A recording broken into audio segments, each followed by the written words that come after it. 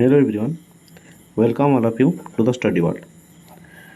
तो ऑलरेडी बहुत अपेक्षा पर आमर ओ triple S C R E टू जोटा कि आमर forester forest guard and excise constable revised answer key कि आम कहीपर फाइनाल आंसर की आसी सारी। तो यार एग्जाम आप जानते 16 अप्रैल रु 3 मे पर्यंत चलता। बर्तमान तार लिंक जनरेट हो सारी किंतु लिंक एवं सुधा एक्टिवेट है ना।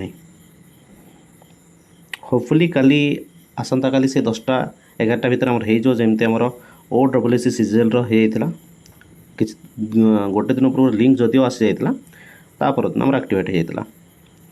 तो कहीं ओरिड हवा किसी दरकार ना जदिव नोटिस आसी सारी तो लिंक एक्टिवेट होनी आसंता काली एक्टिवेट हो।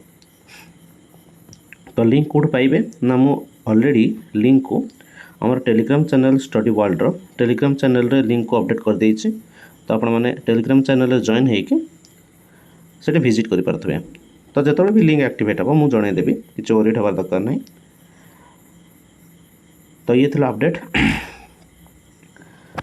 तो देखा केतों एक्टिवेट हो। तो ये अपडेट पाइबा स्टडी वर्ल्ड सहित जॉइन होता रोचे देखा नेक्स्ट गोटे वीडियो। जय जगन्नाथ।